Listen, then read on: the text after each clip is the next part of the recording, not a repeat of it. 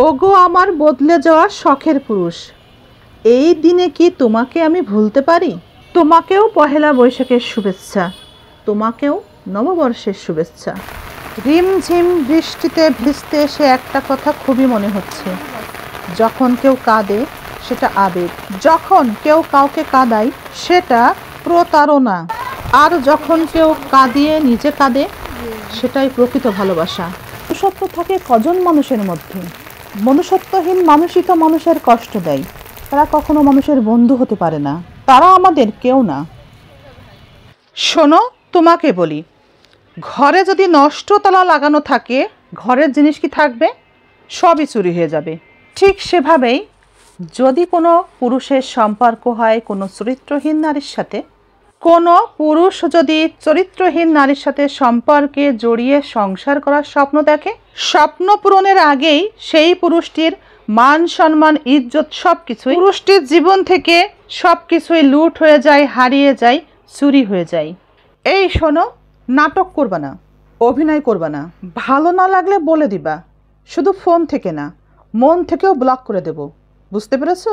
তাদের কাছ থেকে সরে আসি যারা আমার বিনয়কে দুর্বলতা ভাবে, যারা আমাদেরকে ছোট করে কথা বলে, যাদের সাথে থাকলে আমাদের আত্মসম্মানে আঘাত লাগে, যারা আমাদের অনুপস্থিতিতে আমাদেরই বদনাম করে, যারা আমাদের উপস্থিতিতে বিরক্ত বোধ করে। আমাদের তাদের কাছ থেকেই দূরে সরে আসা উচিত, যারা আমাদের বিনয়কে দুর্বলতা ভাবে। কিছু অপমান মনে রাখতে হয়, অপমান করা মানুষগুলোকে কখনোই ভুলতে নেই।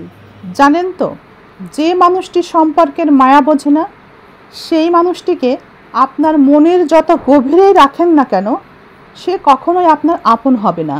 মিথ্যুকের উঁচু স্বর সৎ ব্যক্তিকে চুপ করিয়ে দেয়, কিন্তু সৎ ব্যক্তির মৌনতা মিথ্যুকে শিকড় নাড়িয়ে দেয়।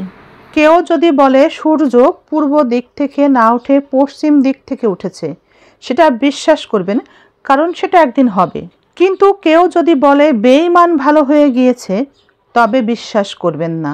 বেঈমান ভালো হয়ে গিয়েছে এটা বিশ্বাস আমিও করি না, কারণ বেঈমান স্বভাব বদলায়, তার চরিত্র বদলায় না। এটা খোদা প্রদত্ত। নারীদের অনুমান শক্তি খুবই প্রখর। কোনো পুরুষ যদি তাকে ভালোবাসে তবু সেটা সে বুঝতে পারে, যদি কোনো পুরুষ তার সাথে মিথ্যা বলে তবুও সেটা সে অনুমান করেই ধরে নিতে পারে, বুঝে নিতে পারে। নারীরা সব কিছু বুঝেও চুপ করে থাকে শুধুমাত্র সম্পর্ক টিকিয়ে রাখার স্বার্থে।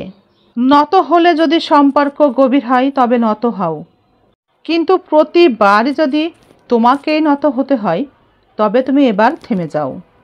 কারণ ভালোবাসার স্থান বুকে, পায়ে নয়।